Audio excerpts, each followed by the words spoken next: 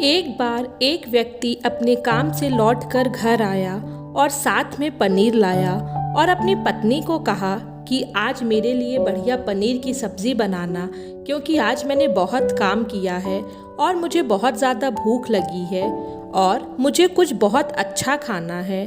उसकी पत्नी कमरे से बाहर आई और पनीर लिया और कहा कि बिल्कुल आप हाथ पैर धोकर तैयार हो जाइए, मैं आपके लिए बहुत ही स्वादिष्ट सा खाना बनाती हूँ। वो व्यक्ति फ्रेश हो गया और टीवी देखने लगा और इंतज़ार करने लगा सब्ज़ी के बनने का, ताकि वो उसे खा सके। किचन से बहुत अच्छी खुशबू भी आ रही थी। वो व्यक्ति बस सोच रहा था कि जल्दी से खाना बन जाए ताकि मैं अपनी भूख को मिटा सकूं। लगभग 1 घंटे के बाद खाना बनकर तैयार हो गया। स्वादिष्ट सा भोजन। अब खाना लगने ही वाला था कि उस व्यक्ति ने अपनी पत्नी से पूछा कि खाने में नींबू है कि नहीं, क्योंकि मुझे पनीर की सब्ज़ी में नींबू डालकर खाना है।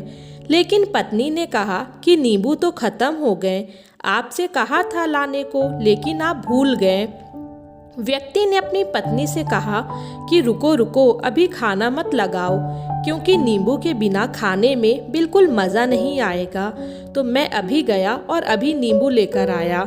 वो व्यक्ति वापस से कपड़े पहनकर तैयार हुआ और नींबू की पास वाली दुकान पर गया। जब वहाँ पर देखा तो नींबू नहीं थे। उसका दिमाग क्रोध से भर गया। उसने सोचा कि यार, इसके पास तो नींबू नहीं है, चलो थोड़ी आगे वाली दुकान पर जाता हूँ, शायद वहाँ नींबू मिल जाए। वो थोड़ा और आगे गया, लेकिन वहाँ पर भी नींबू नहीं मिले।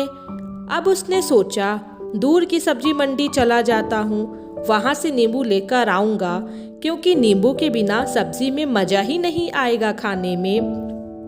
करीबन आधे घंटे के बाद वो करीब के सब्जी मंडी में पहुंचा और वहां पर उसे नींबू मिल गया और वो बहुत खुश हुआ कि चलो नींबू मिल ही गया और अब मैं घर में जाऊंगा और सब्जी में नींबू डालकर अच्छे से सब्जी खाऊंगा। अब वह खुशी खुशी नींबू लेकर घर आया और अपनी पत्नी से कहा, जल्दी से सब्जी गरम कर दो, रोटी गरम कर दो और नींबू काट दो ताकि मैं अच्छे से खाना खा सकूं। अब थाली लगाई गई, सब्जी परोसी गई और नींबू रखा गया। उसकी पत्नी सामने ही बैठी थी और वो व्यक्ति थोड़ी देर के लिए कुछ सोच में पड़ गया। उसके बाद उसने नींबू की प्लेट उठाई और दरवाजे से बाहर की ओर फेंक दी और जोर जोर से चिल्लाने लगा, मैं जीत गया, मैं जीत गया। पत्नी यह देखकर घबरा गई कि कहीं ये पागल तो नहीं हो गए, इन्होंने इतने सारे के सारे नींबू दरवाजे से बाहर की ओर क्यों फेंक दिया।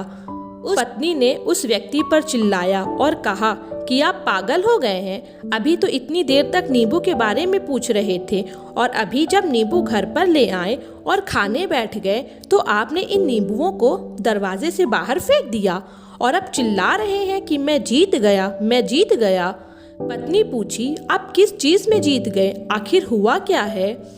अब व्यक्ति खुशी खुशी बैठ गया और अपनी पत्नी से कहा, आप भी बैठो, इत्मीनान रखो, बताता हूँ कि क्या हुआ। आज सुबह से ही मेरी जीत मुझे अपने बस में करने की कोशिश कर रही थी।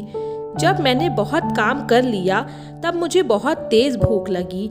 जब मैं घर पर आया तो तुमने बहुत ही स्वादिष्ट सब्जी बनाई। उसकी खुशबू मेरी नाक में गई। फिर मेरी जीभ ने कहा कि इसे अब नींबू चाहिए। मैं पास वाली दुकान पर गया, लेकिन वहाँ नींबू नहीं मिले। थोड़ी और दूर गया, वहाँ पर भी नहीं मिले। तो मुझे उसने और दूर लेकर गई। मैं उसके वश में आ गया और जैसे ही वह कहती रही वैसा ही मैं करता गया। अब मैं वैसा ही करता गया जैसा वो मुझसे करवाती गई, लेकिन अंत में मैंने विजय प्राप्त कर ली। मैंने उसे उठाकर बाहर फेंक दिया और कह दिया कि तुम्हारा मुझ पर कोई कंट्रोल नहीं है, बल्कि मेरा तुम पर कंट्रोल है और मैं जीत गया। दोस्तों, क्या आपको समझ में आया कि कैसे अपनी इच्छाओं पर विजय प्राप्त करें? कई बार लोगों को शराब पीने की आदत लग जाती है और उस चक्र में वो भटकते रहते हैं। यदि एक जगह नहीं मिलती तो दूसरी जगह जाते हैं, दूसरी जगह नहीं मिलती तो तीसरी जगह जाते हैं। और अक्सर युवाओं के साथ ऐसा ज़रूर है कि वो शराब पीने के लिए बैठते हैं, सारी शराब खत्म हो जाती है। उसके बाद एक ना एक व्यक्ति ज़रूर कहता है कि यार और चाहिए के चक्कर में शराब ढूंढने के लिए निकलते हैं और देर रात हो जाती है। वो भटकते रहते हैं, एक जगह नहीं मिलती है तो दूसरी जगह जाते हैं, दूसरी जगह नहीं मिलती तो तीसरी जगह जाते हैं और अपने समय, पैसे और अपने आप को बर्बाद करते रहते हैं। यदि आपने अपनी इंद्रियों पर विजय प्राप्त नहीं किया तो आप भी नींबू की खोज में सिर्फ भटकते ही रहेंगे और हमेशा परेशान रहेंगे। इसलिए अपनी इंद्रियों पर काबू पाइए और अपनी जीवन को खुशी खुशी बिताइए। आशा करती हूँ इस स्टोरी के माध्यम से आपको कुछ ना कुछ सीख ज़रूर मिली होगी।